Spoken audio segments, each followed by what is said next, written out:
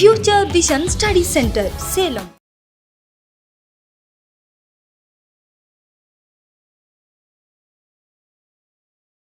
Article 22, protection against arrest as well as detention. So what is the meaning of arrest as well as detention? அப்படின்னு நம்ம சொல்லும்போது ஒரு particular civil case or criminal கேசஸ்ல court கொடுக்கக்கூடிய ஒரு ஜட்ஜ்மெண்ட்டை base பண்ணி ஒருத்தர் அரெஸ்ட் பண்ணுறதும் சரிங்களா, அவங்கள வந்து கன்விக்ட் பண்ணுறதை பற்றி இதில் விஷயங்கள் கொடுத்துருக்காங்க. So article 22 describes about the arrest, but the அரெஸ்ட்டுக்கு ப்ரொடெக்ஷன் வந்து கான்ஸ்டிடியூஷன் கொடுத்துருக்கு. அவங்களோட பர்டிகுலர் லாயரை பற்றி டிஸ்கஸ் பண்ணலாம் சரிங்களா, அதே மாதிரி அவங்க ஃபேமிலிக்கு இன்ஃபார்ம் பண்ணியிருக்கணும் அரெஸ்ட் பண்ணுறப்போ. ஸோ இது எல்லாமே பார்த்தீங்கன்னா ப்ரொசீஜர்னு சொல்லலாம்.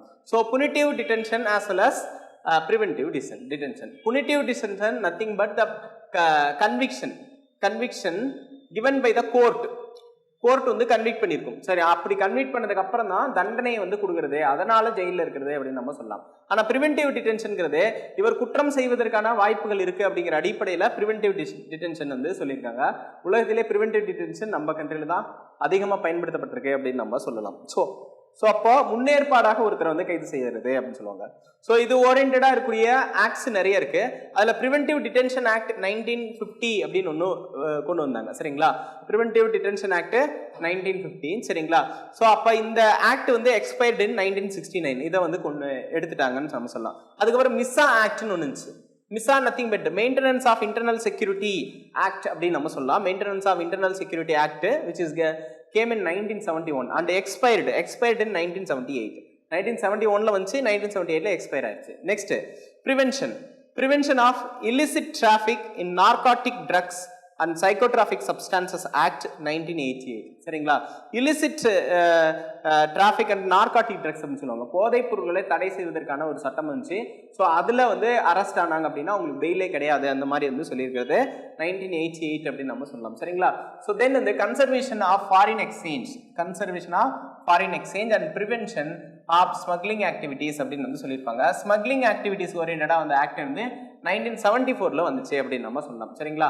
நெக்ஸ்ட் NASA அப்படின்னு நம்ம சொல்லுவாங்க, நேஷனல் செக்யூரிட்டி ஆக்ட், தேசிய பாதுகாப்பு சட்டம் அப்படின்னு வந்து சொல்லுவாங்க, which is came in 1980. இது வந்து இப்போ வரைக்கும் தொடர்ந்துட்டு இருக்கு அந்த மாதிரி சொல்லலாம். Next prevention of black marketing and maintenance of supply essential commodities act அப்படின்னு வந்து கொடுத்துருக்காங்க சரிங்களா. பிளாக் மார்க்கெட்டிங் தொடர்பாக இருக்கக்கூடிய விஷயங்கள் வந்து பெர்ஃபார்ம் பண்ணாங்க, அவங்க அதை செஞ்சாங்க அப்படின்னா அவங்களை அரெஸ்ட் பண்ணலாம் சரிங்களா. 1980ல இருந்து இது வரைக்கும் இருக்கு அப்படின்னு நம்ம சொல்லலாம். Next terrorist and distribution activities act அப்படின்னு சொல்லுவாங்க, தடா ஆக்ட் அப்படின்னு சொல்லுவாங்க. 1985ல வந்துச்சு, 1995ல டிஸ்கன்டினியூ பண்ணிட்டாங்க சரிங்களா.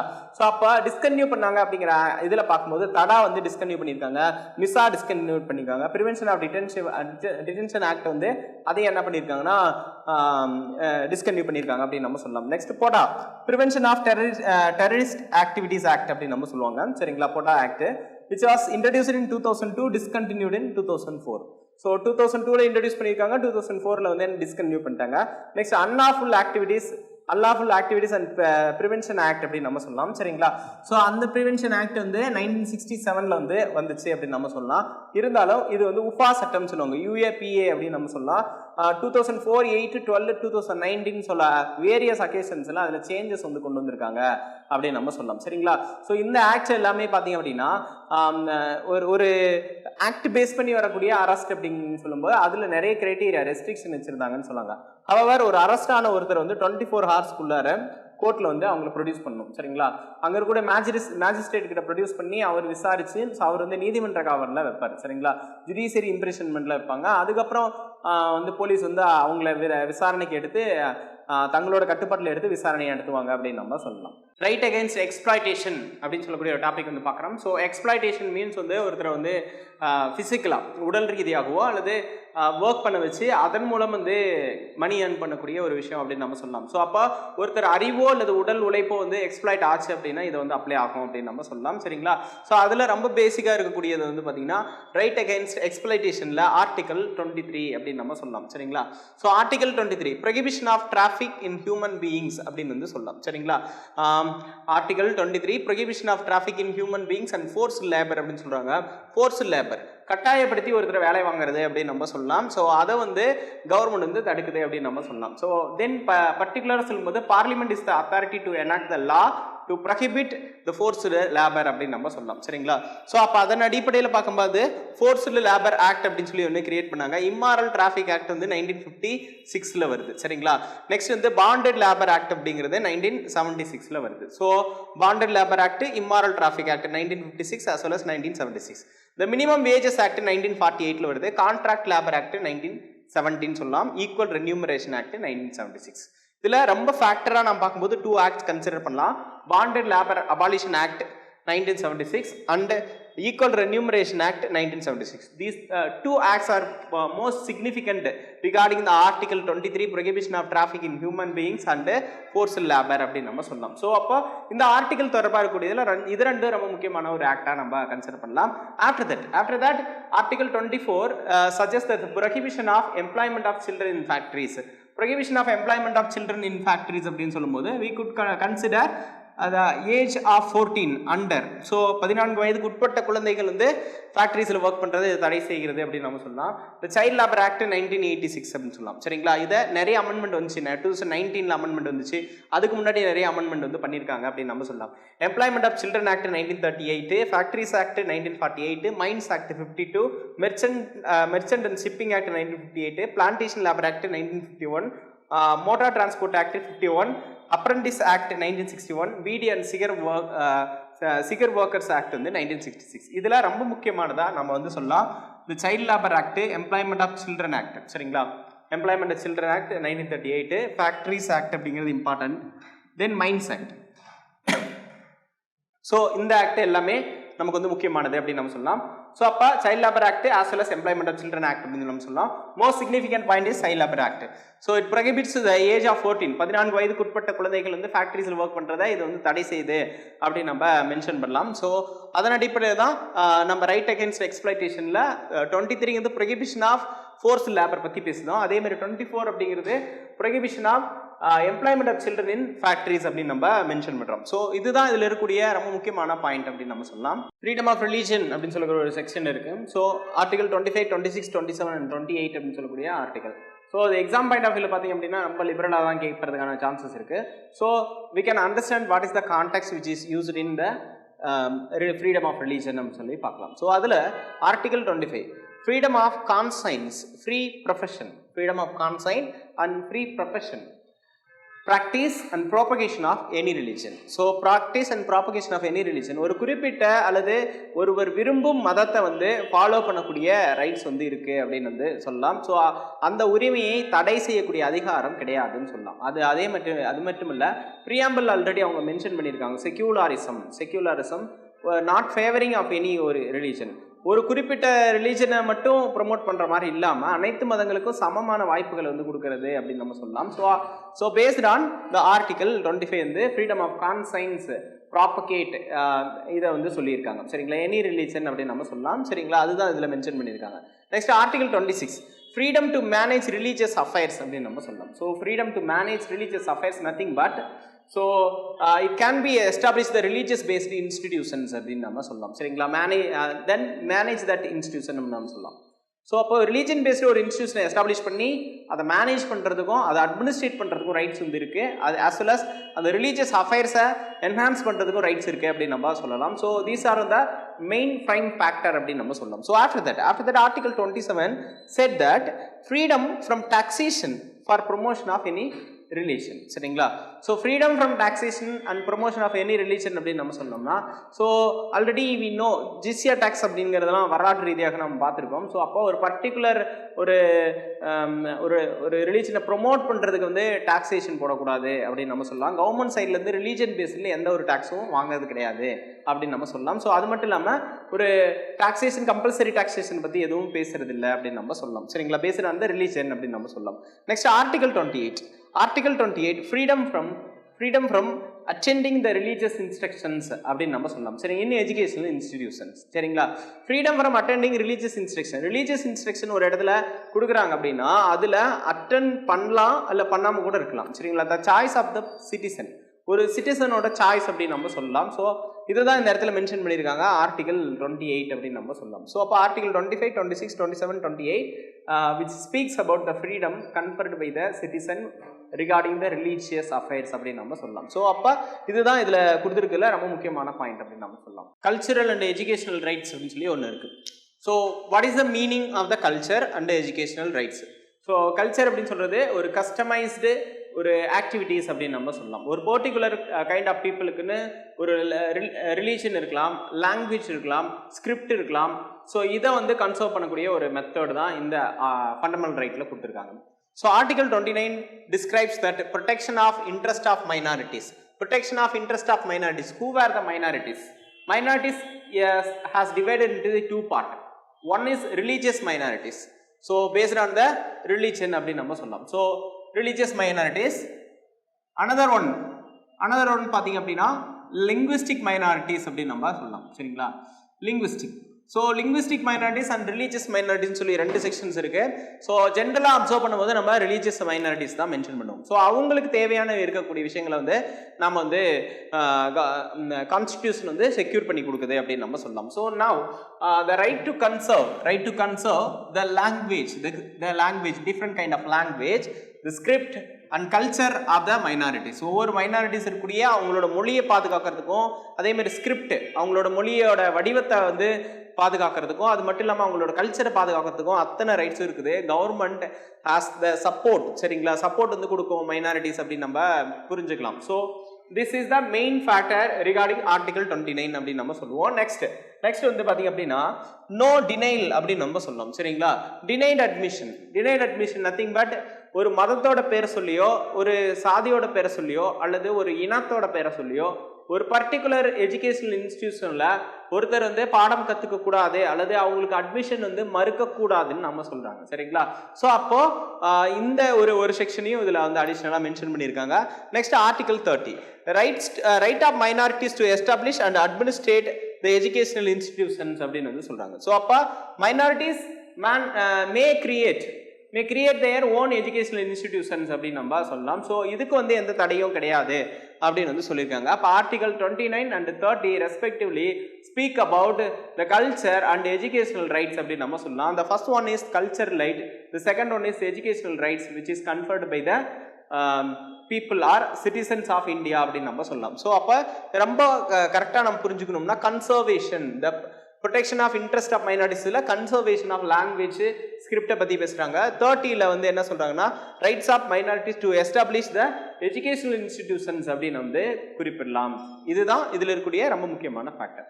ஆர்டிகல் 31 ரைட் டு ப்ராப்பர்ட்டி, இது வந்து ஆல்ரெடி டெலீட் ஆச்சு அப்படின்னு நமக்கு தெரியும். Which was deleted by 44th amendment in 1978 and then transferred to part 12 of the constitution, article 300A as a legal right. So legal right இவரை நம்ம வந்து கன்சிடர் பண்ணிட்டோம். So right to property became the legal right under the part 12 300A அப்படின்னு நம்ம சொல்லலாம். So now the next article 31 capital A. So what is the meaning? 31 capital A delete ஆகல, 31 capital B delete ஆகல, 31 capital C இது வரைக்கும் delete ஆகல. So article 31 only deleted அப்படின்னு நம்ம சொல்லலாம். So let us consider article 31 saving of laws providing acquisition of estates அப்படின்னு வந்து சொன்னாங்க. சரிங்களா? acquisition of estates அப்படின்னா என்னன்னா ஒரு 5 வழிமுறைகளில் எஸ்டேட்ஸ் நிலங்களை கையகப்படுத்தக்கூடிய முறைகளை மென்ஷன் பண்ணியிருக்காங்க. சரிங்களா? ஸோ அந்த 5 மெத்தட்ஸை டீட்டெயிலில் நம்ம பார்க்க தேவையில்லை. ஸோ மார்க்கெட் வேல்யூ என்ன இருக்கோ அதில் வந்து அந்த அளவுக்கு வந்து state government can acquire the private land அப்படின்னு வந்து சொல்லலாம். So that is lying under article 31 capital A. Then article 31 capital B, that is called validation of certain acts and regulation which is laid under schedule 9 அப்படின்னு நம்ம சொல்லலாம். சரிங்களா? 9th schedule இருக்கக்கூடிய அதாவது supreme கோர்ட்டோட பாதுகாப்பில் இருக்கக்கூடிய லா பற்றி பேசக்கூடியது. So validation of certain acts and regulation அப்படின்னு நம்ம சொல்லலாம். சரிங்களா? Which is laid in 9th schedule. But initially 13 acts, at present 282 acts அப்படின்னு நம்ம சொல்லலாம். ஸோ அது வந்து இம்ப்ரவைஸ் ஆயிருக்கு அப்படின்னு நம்ம சொல்லலாம். ஸோ அதுக்கு முன்னாடி Kesavananda Bharati case 1973 describes about the basic structure. So basic structure of the constitution வந்து cannot be changed அப்படின்னு வந்து சொல்லியிருக்காங்க. Then the fundamental rights can be amendable. So அப்போ இது ஓரியன்டாக இருக்கக்கூடிய ரொம்ப முக்கியமான ஒரு விஷயமா நம்ம பார்க்கலாம். ஸோ அதன் அடிப்படையில் சொல்லியிருந்தாங்க. அப்போ கேசவானந்த பாரதி கேஸ் வந்து 73 நடந்துச்சு. The date April 24. ஸோ இந்த April 24 supreme court of India கொடுத்த விளக்கத்தின் அடிப்படையில் இதற்கு பின்னாடி சேர்க்கப்பட்ட வேலிடேஷன் ஆக்ட்ஸ் இருக்கு பார்த்தீங்களா, அது எல்லாமே open to judicial review. So open to judicial review. What is the meaning for the judicial review?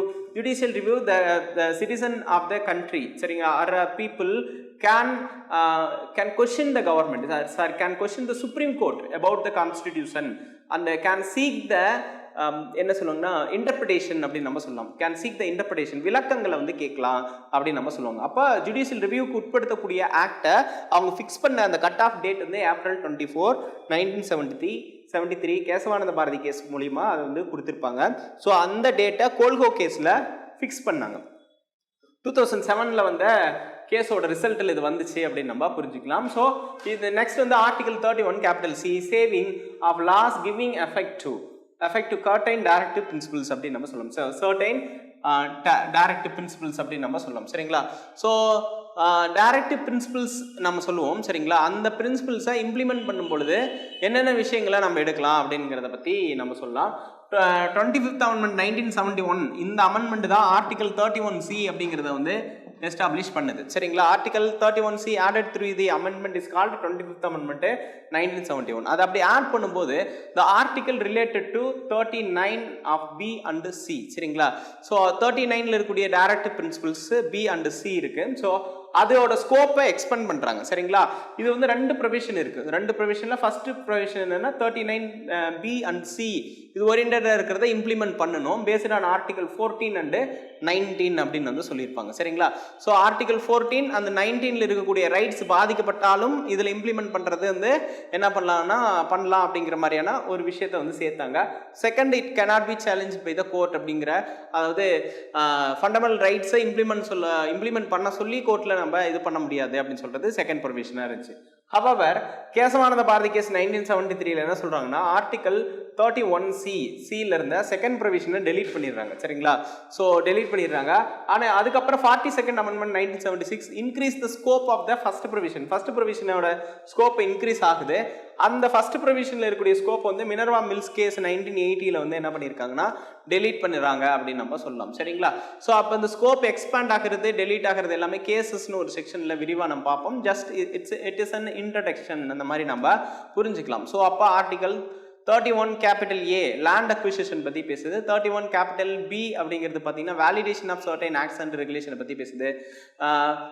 Article 31C giving effect to the directive பிரின்சிபிள்ஸை பற்றி பேசுது. ஆர்டிகல் 32 பற்றி பேச போகிறோம். Article 32 nothing but the constitutional remedies which is laid in the constitution of India. So constitutional remedies பற்றி வந்து பேசுது article 32. So nothing but இந்த கான்ஸ்டிடியூஷனல் ரெமெடிஸோட ஃபேக்டர் என்ன அப்படின்னு நம்ம பார்க்கலாம். So the citizens the real implementation of the fundamental rights, the real implementation of fundamental rights நான் ஏன் சொல்றோம் அப்படின்னா, ஒரு கவர்மெண்டோட ஆக்டிவிட்டீஸ்னாலேயோ அல்லது ஒரு பிரைவேட்டோட ஆக்டிவிட்டீஸ்னாலேயோ ஒரு ஒட்டுமொத்த மக்களுக்கு ஒரு பிரச்சனை நடக்குது அப்படின்னா அதை வந்து கோர்ட்ல போயிட்டு தீர்வு பெறக்கூடிய உரிமை அப்படின்னு நம்ம சொல்லலாம், சரிங்களா. அதுதான் கான்ஸ்டிடியூஷனல் ரெமெடிஸ் அப்படின்னு வந்து சொல்லியிருக்காங்க.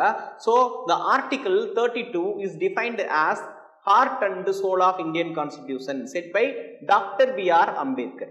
Dr. B.R. Ambedkar has said about the article 32 is a heart and soul of entire Indian constitution சொல்லியிருக்காரு.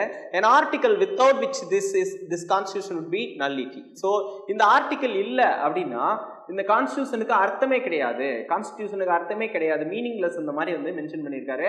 he has given two kind of factors that is called heart and soul of Indian constitution as well as an article without which this constitution would be nullity அப்படின்னு நம்ம சொல்லலாம். so after that we can go for article 32 as well as article 226 the comparison. so article 32 stands for Supreme Court writs, article 226 stands for the High Court writ அப்படின்னு நம்ம சொல்லலாம். so what is the meaning of the writ? Writ is an order given by the court either by High Court as well as Supreme Court. so article 32 base பண்ணி வரும்போது supreme court வந்து கொடுக்கக்கூடிய ரிட்ஸை பற்றி பேசுது. 226 வந்து ஹைகோர்ட் கொடுக்கக்கூடிய ரிட்ஸை பற்றி பேசுது. தென் இந்த wider interpretation or wider action அப்படின்னு நம்ம சொல்லும்போது ரிட் ஜூரிஸ்டிக்ஷன்லேயே வைடரான அதிகாரம் யாருக்கு இருக்கு அப்படின்னு சொல்லி பார்த்தீங்கன்னா ஹைகோர்ட்டுக்கு தான் இருக்கு. when it compared to supreme court. So supreme கோர்ட்டை கம்பேர் பண்ணும்போது ஹைகோர்ட்டுக்கு அதிக வைடர் ஜூரிஸ்டிக்ஷன் இருக்குன்னா என்ன அர்த்தம் அப்படிங்கிறத பார்க்கலாம். So supreme court restricted only in fundamental rights. So fundamental ரைட்ஸ்ல மட்டும் ஏதாவது வயலேட் பண்ணால் supreme court can give the writs அப்படின்னு நம்ம சொல்லலாம். So beyond that fundamental rights additionally beyond that அந்த ரிமைனிங் ஆர்டிகல்ஸ் அதாவது ரிமைனிங் ஃபேக்டர்ஸை வந்து நம்ம சொல்லணும்னா ஹைகோர்ட்டுக்கு தான் அதிக ரைட்ஸ் இருக்குன்னு சொல்லலாம். சரிங்களா? அது மட்டும் இல்லாமல் ஹைகோர்ட் தன்னோட ஜூரிஸ்டிக்ஷனோட லிமிட் ஆகாது. சரிங்களா? தன்னோட ஜூரிஸ்டிக்ஷன் விட்டு வெளியில் இருக்கிறதுக்கும் இவங்க வந்து ரிட் பெட்டிஷன் கொடுக்கலாம் when the causes happen within the jurisdiction. சரிங்களா? ஸோ ஹைகோர்ட்டோட ஜூரிஸ்டிக்ஷனுக்கு ஒரு பாதிப்பு வெளியிலிருந்து வருதுனாலும் அந்த வெளியிலிருந்து வரக்கூடிய ஃபேக்டருக்கும் அந்த high court can give the writ அப்படின்னு நம்ம சொல்லலாம். So that is the difference between the article 32 as well as article 226 அப்படின்னு நம்ம சொல்லலாம். So then article up to 950 the writ jurisdiction has been given to the High Court of Madras, Bombay, Calcutta other than Supreme Court. சரிங்களா? Supreme court தவிர மெட்ராஸ், பாம்பே, கால்கட்டாவுக்கு மட்டும்தான் 1950 வரைக்கும் writ jurisdiction இருந்துச்சு. Then it expanded to 25 high courts அப்படின்னு நம்ம சொல்லலாம். சரி, இப்போ இருக்கக்கூடிய எல்லா ஹை கோர்ட்டுக்கும் வந்து ரிட் ஜூரிஸ்டிக்ஷனை எக்ஸ்பேண்ட் பண்ணியிருக்காங்க அப்படின்னு நம்ம சொல்லலாம். சரிங்களா? ஸோ ஓகே, இந்த 5 கைண்ட் ஆஃப் ரிட் ஜூரிஸ்டிக்ஷன் அப்படின்னு நம்ம சொல்லலாம். மொத்தமாக 5 டைப் இருக்குது. அதில் ஃபர்ஸ்ட் ஒன்று வந்து ஹீபியஸ் கார்பஸ் அப்படின்னு நம்ம சொல்லலாம். சரிங்க? Habeas corpus which means to have body of அப்படின்னு சொல்லி மீனிங்கு. அதுக்கப்புறம் வந்து பார்த்தீங்க அப்படின்னா லாட்டின் வேர்ட் அப்படின்னு நம்ம சொல்லலாம். Habeas corpus is the Latin word. Now so what is the meaning of habeas corpus, how to implement the habeas corpus அப்படின்னு நம்ம சொல்லலாம். ஸோ இதில் என்ன சொல்லலாம் அப்படின்னா அன்லாஃபுல் டிடென்ஷன் அப்படின்னு நம்ம சொல்லலாம். ஸோ அன்லாஃபுல் டிடென்ஷன், ஒரு பர்சனை வந்து சட்டத்திற்கு புறம்பா ஒருத்த இடத்துல அடைச்சி வச்சிருக்காங்க அப்படின்னா ஆட்கொணர்வு மனுவை கொடுக்கலாம். ஸோ ஆட்கொணர்வு மனு அப்படிங்கிறது தான் ஹீபியஸ் கார்பஸ் அப்படின்னு நம்ம சொல்லுவாங்க. Habeas corpus is a Latin word which means to have body of அப்படின்னு சொல்லுவாங்க. it can be issued by high court as well as supreme court. high court supreme court ரெண்டு கோர்ட்ல எது வேணாலும் என்ன பண்ணலாம்னா இஷ்யூ பண்ணலாம். அப்படி இஷ்யூ பண்ணி 24 hours குள்ளார that person should be present in front of the court அப்படின்னு நம்ம சொல்லலாம். ஸோ அவர் பத்தின தகவல் வந்து கொடுக்கணும் அப்படின்னு நம்ம சொல்லலாம். Habeas corpus petition. Next second one is mandamus. So mandamus means we command the court can order the public official to perform their duties அப்படின்னு நம்ம சொல்லலாம். சரிங்களா? ஸோ அஃபீஷியல் டியூட்டிஸை வந்து பெர்ஃபார்ம் பண்ண சொல்லலாம் அப்படின்னு சொன்னாங்க. It can be issued to the administrative authorities which is run by the state government as well as central government. So அவங்களோட பெர்ஃபார்மன்ஸ் டியூட்டியை வந்து பெர்ஃபார்ம் பண்ணாமல் இருக்கும்போது ஹைகோர்ட்டோ சுப்ரீம் கோர்ட்டோ இந்த ஆர்டரை வந்து கொடுக்கலாம்னு சொல்லுவாங்க. ஸோ டு பர்ஃபார்ம் இட் அப்படிங்கிறதா விஷயம். சரிங்களா? mandamus we command அப்படின்னு நம்ம சொல்லலாம். சரிங்களா? ஸோ அதுக்கு அடுத்தது வந்து பார்த்தீங்கன்னா ப்ரொஹிபிஷன் டு forbid அப்படின்னு வந்து சொல்லுவாங்க. It was given to higher court to lower court. Higher கோர்ட்ல இருந்து லோவர் கோர்ட்டுக்கு கொடுக்கக்கூடிய ஒரு விஷயம் அப்படின்னு நம்ம சொல்லுவாங்க. It is suitable for judicial as well as quasi ஜுடிஷியல்னு சொல்லலாம். சரிங்களா? ஜுடிஷியல் அத்தாரிட்டிக்கும் குவாசி ஜுடிஷியல் அத்தாரிட்டிக்கு மட்டும்தான் இது வந்து ப்ரொவைட் பண்ண முடியும் அப்படின்னு வந்து மென்ஷன் பண்ணுறாங்க. ஸோ இதுதான் வந்து ப்ரொஹிபிஷன் ஓரியன்டாக இருக்குது. இட்ஸ் ஒன்லி ப்ரிவென்டிவ்னா ஜஸ்ட் தற்காத்து கொள்ளக்கூடிய ஒரு முறைகள் மட்டும்தான் இருக்கும் அப்படின்னு நம்ம சொல்லலாம். தடையுறுத்தும் நீதி பெறானின்னு சொல்லலாம். டெம்பரவரி ஸ்டே கொடுக்கறதுக்காக இது வந்து பயன்படுத்தலாம் அப்படின்னு நம்ம சொல்லலாம். சரிங்களா? Prohibition. Next certiorari nothing but certiorari preventive and curative ரெண்டுமே செய்யும். சரிங்களா? ப்ரிவென்டிவ்னா தடையுறுத்துறது, கியூரேட்டிவ்னா நெறிப்படுத்துறது. அதனால தான் இதை நெறிப்படுத்தும் பேராணைன்னு தமிழ்ல சொல்லுவாங்க. It was certiorari to be certified அப்படின்னு நம்ம சொல்லுவாங்க. So both are similar occasion. சரிங்களா? ரெண்டுமே சிமிலர் தான். இதுவும் higher court to lower court, இதுவும் பார்த்தீங்கன்னா ஜுடிஷியல் டு குவாசி ஜுடிஷியல் அப்படின்னு நம்ம சொல்லலாம். சரிங்களா? ஸோ இதில் என்ன பண்ணுவாங்க அப்படின்னா டிரான்ஸ்ஃபர் ஆஃப் பெண்டிங் கேசஸ், ஒரு பெண்டிங் கேசஸ் வந்து ஹையர் கோர்ட் எடுத்துக்கலாம் அப்படின்னு நம்ம சொல்லலாம். சரிங்களா? Then squash of the court order, ஒரு கோர்ட் போட்டிருக்கக்கூடிய ஆர்டரை கேன்சல் பண்ணலாம் அப்படின்னு நம்ம சொல்லலாம். சரிங்களா? அப்போ கோர்ட் ஆர்டரை கேன்சல் பண்ணக்கூடிய அத்தாரிட்டி இருக்கு higher court to lower court அப்படின்னு நம்ம சொல்லலாம். ஸோ இது ரெண்டையும் டிஃபரன்ஷியேட் பண்ணோம் அப்படின்னா prohibition is preventive method, certiorari preventive as well as curative method அப்படின்னு நம்ம சொல்லலாம். Then quo warranto by what authority அப்படின்னு வந்து சொல்லுவாங்க. Quo warranto by what authority, the appointment of public ஆஃபீஸில் இருக்கக்கூடிய அப்பாயின்மெண்ட்டை கொஸ்டின் பண்ணுறதுக்கான ஒரு சான்ஸ் இருக்குது அப்படின்னு நம்ம சொல்லலாம். சரிங்களா? அப்போது கவர்மெண்ட்டில் ஒரு பர்டிகுலர் பொசிஷனில் ஒருத்தர் அப்பாயின்ட் பண்ணுறாங்கன்னா the person can seek the interpretation அப்படின்னு சொல்லலாம். சரி, விளக்கம் வந்து கேட்கலாம். ஸோ அப்போ இந்த மேல இருக்கக்கூடிய நாளும் பார்த்தீங்க அப்படின்னா யார் பாதிக்கப்பட்டாங்களோ, ஸோ அந்த அஃபெக்டட் பர்சன் அப்படின்னு சொல்லலாம். சரிங்களா? ஸோ அவங்க வந்து பெட்டிஷன் போடலாம். சரிங்களா? But the quo warranto anybody can put the quo warranto writ to the high court அப்படின்னு நம்ம சொல்லலாம். சரிங்களா? அந்த இதில் மென்ஷன் பண்ணியிருக்காங்க. ஹவவர் இதுக்கு ஒரு லிமிட் இருக்கு. என்ன லிமிட்னா, quo warranto is not applicable for ministerial secretaries அப்படின்னு வந்து சொல்லலாம். சரிங்களா? ஒரு மினிஸ்ட்ரியோட செக்ரட்டரியல் ரேஞ்சில் இருக்கக்கூடிய விஷயங்களுக்கு வந்து அப்ளை ஆகாது. அண்ட் தி பிரைவேட் ஆர்கனைசேஷனுக்கும் it was not suitable அப்படின்னு நம்ம சொல்லலாம். So these are all the things lying under Article 32, which is known as constitutional remedies. Already Dr. Ambedkar described that heart and soul of Indian Constitution. Without this article, the Constitution would be nullity அப்படின்னு சொல்லி அம்பேத்கர் அவர்கள் சொல்லியிருக்காங்க. Article 33, power of Parliament to modify the rights conferred by the forces. So இந்த Article 33, 34, 35 அப்படின்னு சொல்லக்கூடியதில் இருக்கக்கூடிய இம்பார்ட்டன்டான factors வந்து பார்க்கலாம். ஸோ Article 33, 34, 35 வந்து அவ்வளோ இம்பார்ட்டன்ட் நம்ம சொல்ல முடியாது. இருந்தாலும் பார்ட் 3ல இருக்கக்கூடிய ரெஸ்ட்ரிக்ஷன்ஸை பற்றி பேசலாம். So restrictions, Article 33, the power of Parliament to modify the rights, fundamental rights of the ஃபோர்ஸஸோட ஃபண்டமெண்டல் ரைட்ஸை பற்றி பேசுது. Army act, navy act, air force act 1950 வந்து கிரியேட் பண்ணாங்க. மூணுமே ஒரே வருஷத்துல தான். Army act 1950, navy act 1950, air force act 1950 சொல்லலாம். ஸோ இந்த காலகட்டங்களில் ஏற்றப்பட்ட இந்த ஆக்டில் ஒரு பர்டிகுலர் ஒரு சர்டைன் ஆர்மிலையோ அல்லது நேவி அந்த ஏர்ஃபோர்ஸ்லையோ இருக்கும்போது அவங்களுக்கான ரைட்ஸ் வந்து குறையும் அப்படின்னு நம்ம சொல்லலாம். சரிங்களா? Then Article 34, martial law. So limitation of fundamental rights during the martial law established around the particular region which is given by the direction of parliament கொடுத்துருக்கக்கூடிய அதாவது பவர் அடிப்படையில் இந்த மார்ஷியல் லா எஸ்டாப்ளிஷ் பண்ணப்பட்ட ஏரியாக்கெல்லாம் ஃபண்டமெண்டல் ரைட்ஸ் வந்து limit பண்ணுவாங்கன்னு சொல்லலாம். Then the Article 35, the legislation of the effect அப்படின்னு நம்ம சொல்லுவாங்க. The legislation give effect to the part 3 of the constitution, nothing but the fundamental rights அப்படின்னு வந்து சொல்லுவாங்க. சரிங்களா? ஸோ ஃபண்டமெண்டல் ரைட்ஸோட எஸ்டாப்ளிஷ்மெண்ட்ங்கிறது எதில் தான் இருக்குது அப்படின்னா லெஜிஸ்லேஷன் கொடுக்கணும், ஆக்ட் கிரியேட் பண்ணுங்கிறத வந்து பேசுது அப்படின்னு நம்ம சொல்லலாம். However, சந்திரகுமார் கேஸ்ங்கிறது ஒரு அடிஷனல் பாயிண்ட் இஸ் 1997 அப்படின்னு நம்ம சொல்லலாம். So Chandrakumar case 1997 said that the writ jurisdiction of the court cannot be deleted அப்படின்னு வந்து சொல்லியிருக்காங்க. ஸோ அப்போ கோர்ட்டு கொடுத்துருக்கூடிய ரிட் ஜூரிஸ்டிக்ஷனை வந்து டெலீட் பண்ணக்கூடாது அப்படின்னு சொல்லிட்டு மென்ஷன் பண்ணியிருக்காங்க under Chandrakumar case 1997. After that some specification regarding the fundamental rights. So the fundamental rights suitable for Indian as well as foreigners. So Indian ஃபாரினர்ஸ்னு சொல்லக்கூடிய ரெண்டு கேட்டகரியும் சூட்டபிள் ஆகக்கூடியது Article 14, 20, 21A, 21, 21A, 22, 23, 24, 25, 26, 27, 28. அப்போ 22லேருந்து 28 வரைக்கும் இருக்கக்கூடிய எல்லா ஆர்டிக்கிளும் இருக்கும் அப்படின்னு நம்ம சொல்லலாம். Then the fundamental rights exclusively for Indian citizens only அப்படின்னா most significant point which is Article 15, 16, 19, 29, 30 அப்படின்னு நம்ம சொல்லலாம். சரிங்களா? 15, 16, 19, 29, 30. ஸோ இந்த 15, 16ங்கிறது எஜுகேஷன், எம்ப்ளாய்மெண்ட் பற்றி பேசும். தென் த ஃப்ரீடம் பற்றி பேசுது. தென் 29, 30 அப்படிங்கிறது கல்ச்சுரல் அண்ட் எஜுகேஷனல் ரைட்ஸை பற்றி பேசுது. தென் எகெயின்ஸ்ட் கவர்மெண்ட் அப்படின்னா ஸோ அரசுக்கு எதிராக ஃபண்டமெண்டல் ரைட்ஸில் சேலஞ்ச் பண்ணக்கூடியது அப்படின்னு நம்ம சொல்லலாம். சரிங்களா? we make the court proceeding against the government அப்படின்னா Article 14, 15 of 1, 16, 18 of 1, 19, 20, 21, 22, 25, 26, 27, 28, 29, 30. So இது வந்து against the government as well as individual அப்படின்னா 15 of 2, 17, 23 and 24 சொல்லலாம். சரிங்களா? ஃபார் எக்ஸாம்பிள் 23, 24 கவனிக்கலாம். Bonded labour as well as child labor. So அப்போ ஒரு இண்டிவிஜுவலுக்கு எதிராக நம்ம என்ன பண்ணலாம்னா கோர்ட்டில் ப்ரொசீடிங் போகலாம் அப்படின்னு நம்ம சொல்லலாம். So which is laid in government as well as individual. Then the limitation to the fundamental rights which is laid in Article 31A. So 31A nothing but